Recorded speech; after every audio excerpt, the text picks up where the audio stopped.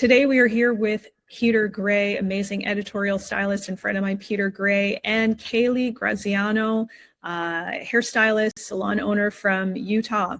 Hi, thank you for joining us today. Hello, thank you. Hello, hello. Hi, Peter. So I see you're situated in New York, having this call with us today. Sitting on an outdoor ledge down in the West Village. Well, that's good, since it's officially spring, but it's still pretty cold out. It's a beautiful day here. Great. And so I wanted to talk to you about your relationship with OWAY and what you're doing with them, and tell me more about how the shoot in Utah with Kailey came up. Okay, so we met in Chicago at an OWAY event, and I think between us we'd kind of proposed this idea of actually going to salons rather than people coming to a class. So this idea, I kind of felt like it had gotten old and stale, of people coming to classes in one place, paying to fly in, paying for accommodation. And it kind of took away for me from the educational component. And I feel like education needs to evolve. And the idea of going to people made it a lot more special. And Kailey was persistent, and, we kept in contact for, I think it was a year and a half, wasn't it, Kailey? It was a lot of planning. A lot of planning. Yeah. And I mean, like any decent shoot, you can never have enough planning, and then you can never kind of plan around every eventuality nearer the time. We had all sorts of, trials and tribulations leading up, casting wise, clothing wise.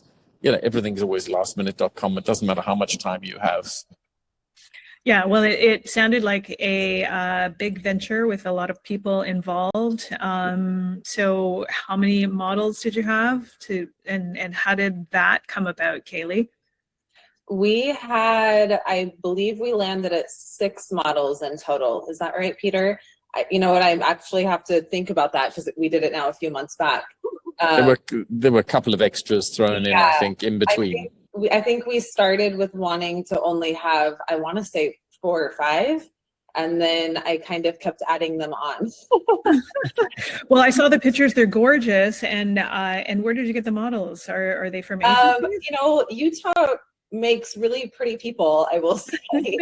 I have to agree. Just through connections. Yeah, we didn't go through an agency. We really wanted this to feel, no pun intended, but very organic, if you will. I didn't want it to be super structured. I wanted it to be very lifestyle, very Americana. We're in the Southwest. So we just gave some girls opportunities just through connections. And then actually, I think 1 or 2 of the models, when we were at the store styling them, I was recruiting some of their employees. I'm like, wait, she's really pretty. Do you model?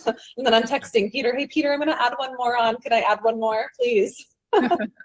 That was the girl from the secondhand clothing store. That was where we decided to style out of, right? Yeah, I think we got 2 of the models from, the clothing store. Yeah. Right, which kind of ties in with the whole picture of OWAY being natural and organic. So how did you incorporate that into the shoot? Was there any other aspects that made it that way? Yeah, so the styling, the clothing was also, it's a really great consignment store here in town. They have furniture, and actually the owner spends quite a bit of time in Italy herself, which is also on brand with OWAY since they're from Bologna, Italy. So yeah, we just pulled from their racks and gave them a few months notice to hold on to pieces if they saw them coming through that they thought would fit the vibe. Again, yeah, keeping on par with just the sustainable, conscience, ethical, everything just sourced really, not heavy on the consumerism. Right. And Peter, were you in charge of the creative direction, or was this more like? Yeah, I mean, we did. I love to collaborate, so we kind of, literally, Kailey would be in the store going, and got the girl on FaceTime and was like excited about the girl, and I was like, yeah, she looks great. Let's do that. Now, what clothes have you got? And then, originally we kind of talked about Americana and denim, and then I was like, well, we don't want it just getting double denim because then it's going to look like a denim commercial. But then we did end up using quite a bit of denim because obviously in terms of wear and tear, it's a fabulous secondhand material. it's, you know, second, third, fourth hand, whatever. I mean, denim gets better with age, doesn't it? Yeah. And, you know, the whole concept of it genuinely being authentically, the idea kind of just developed organically as well. So it grew, and, you know, we wanted models own, so a couple of the models brought interesting pieces of their own, that they all shop, most of the girls locally shop at these different kind of consignment stores, which was exciting as well. So it, instead of just being a constructed hard sell, like for me, I want to be much more, you know, what I feel about OWAY is more about, as much as the brand, it's a point of view and a way of living. And I think for me, that gives it its point of difference. And I really feel like going to someone, instead of, you know, flying all these models in, flying an entire team and, you know, setting up a studio, going to someone and being there. It was just 3 of us flew to Utah. It was Stockton, his assistant, who doubled as a stylist and kind of helped us put things together. And then the rest of it was all Kailey's entire team, pretty much, wasn't it, Kailey? Yeah, well, we had to operate. Yeah, how did that You had go? your Like, assistants, you had everything. Kailey? Like, how many people were involved, and how did that whole day? So I have 20 stylists in total, and I think throughout the few days, they kind of all got their hands in at some point. I would say we consistently had probably between 8 to 12 of us there just helping out. And, you know, there's a lot of learning involved. Peter is so well versed in photo shoots. It's not our wheelhouse. Like, we're just, you know, behind the chair stylist every day. You know, we're a normal salon in Utah. So doing something like this was really exciting. And I think that was a huge opportunity that I wanted to bring to them. And so meeting with Peter in Chicago, we have access to all these classes all the time, whether it be virtual or in person, whether they're here in town or we travel. Hair shows are finally coming back, and there's a place for that. I think there's a place for hands-on, you know, program learning. But doing something like this, I really wanted it to ignite their passion of the industry. I think, you know, since 2020, the industry has shifted a bit, and so giving them that, igniting them with the passion and the excitement from somebody who is so renowned and has, you know, you name it, Peter has done it, was really exciting. So as many of our stylists as we could have involved, we did. We're not in a huge space. Well, now we're in a bigger space, but at the time we were in a very tight space. So we were shoulder to shoulder, and everybody was trying to figure out, you know, what can I do to help? Maybe I'll just stand back and watch. But overall, I think the girls got a ton out of it. The models were excited. I mean, really, we all came together as a team, as a family, you know, 12 plus, I mean, what, maybe 14, 16-hour days, Peter? Yeah, I mean, the community was extremely supportive. You know, we shot next door in the real estate office, and we'd set up a cove, and then we shot downstairs in the parking lot as well. The gas station wall. You know, so literally it was. There was a couple of different variations of backdrops, but the one that was really beautiful was when you're literally out with the mountains behind you, and horse even. I mean, where did you get the horse? I mean, horse. Hold on, horses plural. I mean, there wasn't just one horse. Oh, there was more, yeah. Well, and a funny story with the horse, we had one. So, you know, I come from California originally, so horse living is not my lifestyle. But here in Utah, I mean, half of my stylists all have horses. Wow. So it's a whole different world. But one of them, our girls had her horse, and we had this lined up for months that her horse was going to come and, you know, help us with the models. And I think it was after day 1 of the shoot, her horse was out for a hike the day before and injured his leg. So he refused to walk the next day. And so we had to really come together within, I mean, I was kind of panicking, right, Peter? You can attest to that. I was a bit of a stress case. Like, it was amazing, though, because the whole community kind of came together. And then on the second day, they arrived with a horse trailer with 2 horses, or was it 2 or 3? I think it was 3. 3, yeah, and I was like, holy cow! This is, you know, it was kind of a whole. That'll never happen in a big city. You know? No, that's the thing. It was a Clydesdale, like a Budweiser horse. I mean, it was oh the wow! horse I've ever seen. Yeah. Holy cow! And it kind of was amazing because it kind of gave us so much diversity, but it was kind of everything we'd hoped for with the community, kind of creating a sense of community, creating a sense of well-being within the salon, with, linking to the clothing, the whole recycled nature of it, to this whole, in inverted commas, sustainable kind of way of shooting, right? And it was genuinely. And I see that the looks were very wearable and beautiful, like commercial. This isn't an avant-garde shoot. It's about very beautiful, wearable, natural looks. I mean, we did do some fun shots. Did you get the shots where we tied them together with the braid and things like that? Oh yes, I did see that. You did, yes. yeah. So I mean, I kind of threw in some bits of fun in there as well. But really, I wanted it to be by the salon for the salon. Like it's so it was instantly accessible. Everybody kind of knows me for the wacky, super kind of bonkers creative, but kind of going to that, I want to give them a sense of purpose, a sense of understanding of what you could do using light, diffusing the light, using basic kind of photography equipment rather than making it too complicated. Having a photographer who is extremely patient obviously helps. And I know Stockton very well, and we've just literally come out of a meeting here in New York. We're on another hustle today, and the great thing about him is he was open to the ideas and open to kind of shooting in a car park, shooting in the real estate office, then shooting out in this beautiful valley and moving to different locations, which most photographers would roll their eyes at and kind of go, well, I don't want to move. We just find one beautiful location and that's it. But we kind of went out the day before and we used SunPath on our phone, the app. And with a SunPath, you can work out exactly where the sun's coming at what time. And Great idea. Really, within half an hour, 45 minutes, I think we hit every single location, didn't we, Kailey? Yeah. And it was fantastic. I think we got more tip for content on location. That's a really good idea. Really amazing. And that the mountains are literally 10, 15 minutes from her salon front door was incredible. Yeah. Right. So Kailey, how did you guys decide on the look? So you just looked at the model and saw her hair and went, let's do curly, let's do big, let's do whatever.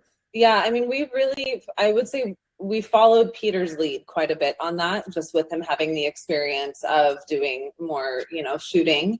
But everything was really created right then and there. We learned a ton. I mean, our nature is to wash the hair and get it set. And he's like, no, don't wash it. Like, leave the natural oils in and we just build the product, we build the look. So we learned a lot, even just of the difference between everyday hairstyling versus shooting is so different. We really followed Peter's lead, I would say, on the looks. I mean, I'm very horse and cart with the way I kind of create looks. I much prefer to look and go at how am I going to create the look and then what product am I going to use? Whereas most hair companies and hair shoots are, we need to promote this SKU. And that was one thing OWAY were fantastic about. They were very open to us using whatever we needed in order to create the aesthetic, and that fitted in very well. It's such a broad range, so you were able to use all kinds of different products and show the diversity within the range, and then diversity in commercial looks. It really showed a lot of variety. Excuse me. Oh, hopefully we can edit that one out. Pumping up a lung. I mean, I think for me, that was the exciting part of it, was to kind of arrive and show them the versatility of what you have on your doorstep. I know. Rather than going, it's being restrictive. Yep. Oh, Kailey. You broke up, Kailey. I think we lost you for a second. Oh, Kales, are you there? Yeah, I don't know. We lost her for a second. Well, Peter, you can continue about that. So yeah, just talking about using different products that you're not constrained into using one specific thing. So, or having like only a curly look or only a straight look. Yeah, I mean, I think, we've done specific shoots around specific textures. We've done specific men's look. This was about kind of more approaching it like you would in a salon. If someone sits down in your chair, You don't go, this is the product I'm selling this month, which most hair companies do. Right. And I think you go, what is the most suitable product for this person? And There I you think, oh, we got you back. Oh, we need your sound, Kailey. Sound. And you know, to work that way around, to me, makes so much more sense, and it opens up creativity to you rather than being restrictive. Like, if you're stuck for an idea, though, I would really suggest looking at your range of products and going, well, what does this product do? So, you know, I mean, when we were talking to the stylist and we were saying, well, what ideas do you have? I was like, okay, well, this is a curly hair product. Can we use it here? You know, I set with the hairspray a lot. Yeah. And use it as a setting lotion, Yeah. which you're not supposed to. It's supposed to be a finishing product, but I found out through trial and error that it works very well as a setting medium. Right. Because it's not a super sticky, heavy duty, like glue type hairspray. You got it. And then the creams, I love the creams. The smoothing cream, I go through tubes and tubes and tubes of it. You know, because I love that you can just put it in any hair, and it gives the hair like a soft, languid. I would say the nearest product I can recommend is an old Brilliantine product, Brill cream we used to use back in the 90s on almost every head. To, like, slick their hair back, right? Exactly. But when you used a tiny, small amount of it, it was like a huge thing in the 90s with session hairdressers. And smoothing cream's almost exactly that. So, you know, I started using it on that shoot, and then have since used tubes and tubes and tubes of it. I use it on almost every shoot. Dry hair too, or is that just wet? I love using it on dry hair. I love using it on if I create a wet look. Did you try that on dry hair? Are you asking me? Smooth? Yeah. Yeah, well, since Peter came in, I think, you know, that's the other thing. It inspired us to break the rules on how you're supposed to use the product. Different ways. Yes, well, that's what happens when it comes to session styling, right? And the thing is, it's what the camera sees, and you don't know the texture of the hair until you start working with it generally, right? You don't get to always see the model in advance and do a test run. You know, you're kind of going with the flow as you're there on set. Yeah. And I think that made it much more exciting and made it, again, more of an organic process, more of an authentic process. And for me, you know, those two things, the organic nature of it, and, you know, that it was authentic and authentic to the girls. You know, I was sort of saying to the girls, how do you like to wear your hair? How do you best, you know, how do you visualize your hair? And I think, you know, it kind of changed, you know, in the way we talk to people, then, you know, the way we talk to the models then kind of informs how those stylists then go back and talk to their clients. So it's part of a salon teaching experience, and because we're in their salon, it's their home turf, so it's, you know, they feel kind of safe, and it's their way rather than my way, right? You know, and so that's the educational aspect of how this shoot was put together too, because it wasn't, yes, you're learning set techniques and how to break the rules, but you also tied in how to use this in the salon and how to speak to your clients in the salon. Yeah, I think I think consultations, right? Right. And Kailey? Yeah, I think the learning done in that way just lands a whole lot differently and a whole lot deeper than it does when you're sitting in a classroom style experience. I mean, it was definitely more experiential. Everybody was involved. It was exciting. And so the way we learn now, again, we have so much information just rapidly thrown at us, but when you're really involved in it, and there's a passion behind it, and there's an emotion behind it, and there's an excitement behind it, it really lands a lot differently learning something. Yeah, and hands-on is a whole different experience as well. Like, you really do you do learn so much better when you're physically actually doing it. And then with your team as well, they must have been super excited to meet Peter and be a part of this whole process. Yeah, all of it. I don't think they really knew what to expect, which also by design, you know, because I think again, it's just better when you're kind of walking into something without any expectations, and you're just completely open and there for the experience of the whole thing, and then getting the product of the the success of the photo shoot, you know, getting to see the models and see the photos, and now we'll move into the next phase of using those photos. It's just another layer of excitement that continues to build on the story. Right. And where are you going to use the photos? Well, for us, I think OWAY is going to use some. So we've kind of been waiting to see how they're going to be using the photos. And then for us, we'll be using them on our social media. We'll use them in our expansion. We just had a big win in Southern Utah that I can't speak too much about. But we'll just be using them in various ways of marketing and promotion. Yeah, I think that's a really important part about it too, is that salons that do photo shoots don't just do a shoot and then put it on the shelf, you know, like do that shoot and use it and talk about it and show your clients and hang it in your salon and be super proud of it and make good use out of that amazing experience and the beautiful images that you get from this kind of creation. Well, and as a hyper local one, right? Like going in with the community, finding the models organically, using the local consignment store, using the gas station expert, just getting more people involved in the community. All it does is help us market, right? Like, and everybody who we spoke to that was a part of it in any capacity, they also have full rights to those photos to use as they want. So it just creates more buzz and excitement, not just for clients, but really from my perspective, it's going to be a recruiting that I use as we continue to grow our team larger. It's definitely a point of.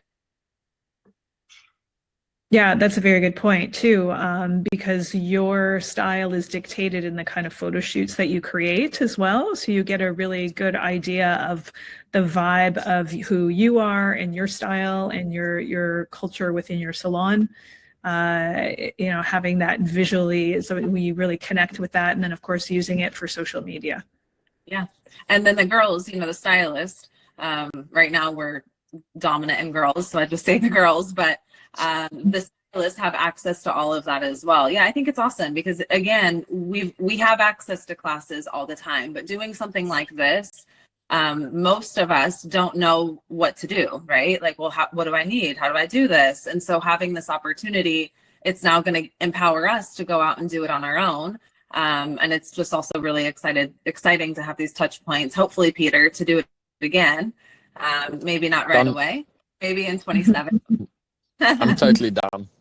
Now, I've shot Utah. with Peter. Did he bring his suitcase that looks like it's something from Home Depot? Like the stuff that's inside, you're like, what is this? That's maybe more his avant-garde kit. Duct tape. I think we got some bags of rocks. What else did we have? We had my husband go errands for all us. sorts of bits and pieces. I mean, you know, like I think for me, it was less about, you know, for me, I really wanted to create something accessible that was, people were surprised that I would do something accessible, you know, that was actually utilizable dead on by somebody standing behind a salon chair who had zero experience on the shoot. And got to roll up their sleeves and get right in there. And, you know, it wasn't about me taking over. You know, I obviously kind of on set, ran in and out, touched up things, you know, coached the models, got the positions, nagged Stockton crazily, you know, kind of, you know, for better lighting, better situations. You know, but even when we were losing light, I was like, I'm relentless because, you know, for me, that last sort of magic hour, you know, I'm all about magic minutes at the end. Yeah. You know, and over the course of my career, we've shot so many incredible images in that last sort of 10 or 15 minutes of light when people are normally packing up. And I'm like, forget that. We've got torches, flashlights. Let's pack up. You know, we'll pack up when it's dark. Let's get the shot now. Yeah. Well, it sounds like it was just such an incredible, like massive all day experience that 2 days. Just, 2 days plus a day's prep. Yes. Prep, right? Right.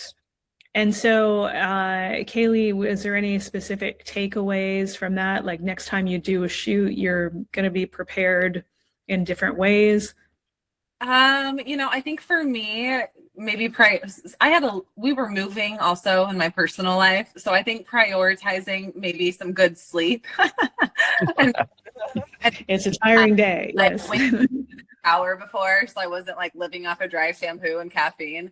Would probably go a long way. But no, now that we have one under our belts and we kind of understand the importance of the light, right? And the importance of not touching Stockton's bag and making sure everybody was fed. And yeah, food is the key. Food is the key to every shoot. For sure. Yeah. And not pizza. I don't know. Sorry. Oof, I'm with you. I'm with you. Yeah, I think they were very good about that. Yeah, I think there was a lot of learnings that came out of it. I think, again, for me, having it under me and now feeling a little more confident in doing stress and anxiety, right? Like when you're hosting people flying in and also hosting my salon, and I have 3 kids at home and we were moving houses and, you know, trying to, like, the duck on water analogy. It was a really fun time and I'm excited to do it again. I think it was super productive. I think we got everything and more than we expected to get out of it. And the shoot was great. The content is phenomenal and we're excited to get the go ahead to finally start to use it, you know? I love it. And Peter, you're super proud of how it all turned out? Yeah, I'm really happy how everybody stepped up to the plate. And I think, you know, my takeaway that I would like to hand out to anybody and everybody out there listening is that every bit of planning that you lay down, be prepared for it to be turned upside down, because, you know, you're going to run everything on caffeine and fumes. That's when you produce your best work. Yeah. You know, caffeine and fumes is the key to lasting images, and the best images are always going to be right at the end of the day or right at the beginning of the day. You know, there's so many shots where the first shot's like just incredible and you just spend all that time, you know, you spend hours trying to get something better, but you're never getting anywhere. So yeah, I think at some point you have to realize, like, okay, we got the shot and this is good and we have to move on. So there is also that aspect when you've got such a huge team and a big day and so many models that you have to know when you've got it. Yeah. I mean, I think the biggest surprise for everybody was, you know, we did. I don't know if you know the Richard Avedon in the American West book. That was what we did. That setup with the scrim and the white colorama against the brick wall, and we actually just used this cream brick wall, and it was fantastic against the service station. And the guy at the service station was like, "Sure, I'll move my car," and he moved his car. I love it. And then you see that shot, and you should have like a behind the scenes shot, and you're like, "Oh, there's gas pumps here." What? You're like, you would never expect that, right? Totally. It looks like an incredible studio because the light is so controlled. We've got this huge scrim above, scrimming the daylight, black drapes on either side, cutting your shadows, a black drape on the floor, giving you a nice under chin fill in. So it's like real studio experience in a fuel station car park.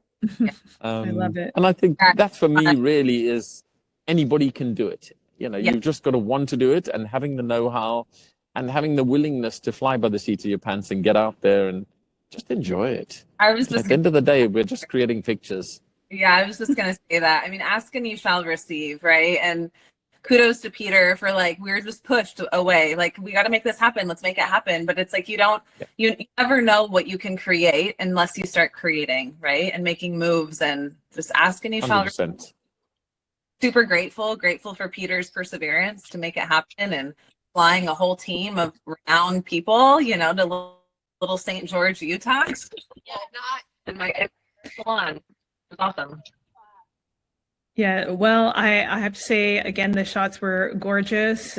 Congrats to a successful shoot and a wonderful experience. And of course, it's always going to be wonderful when Peter's involved, and always good energy as well, which is a big part of that, like no stress, right? Like just good energy, and that brings out great creativity.